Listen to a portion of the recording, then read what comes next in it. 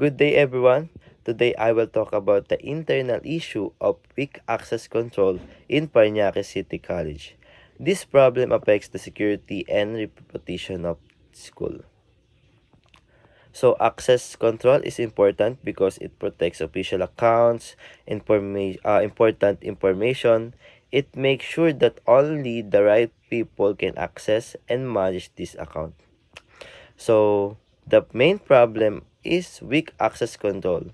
Because of this, unauthorized people can access official PCC accounts even they are not allowed. So when access control is weak, anyone can enter official accounts.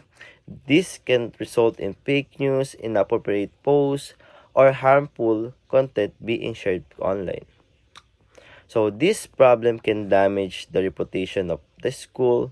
Students may lose trust in official announcement, and it can also cause confusion and possible cybercrime issues. To solve this problem, the school should strengthen security.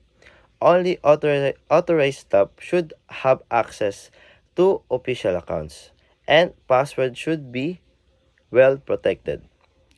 So, additional recommendation: the school should create an official communication team to manage accounts.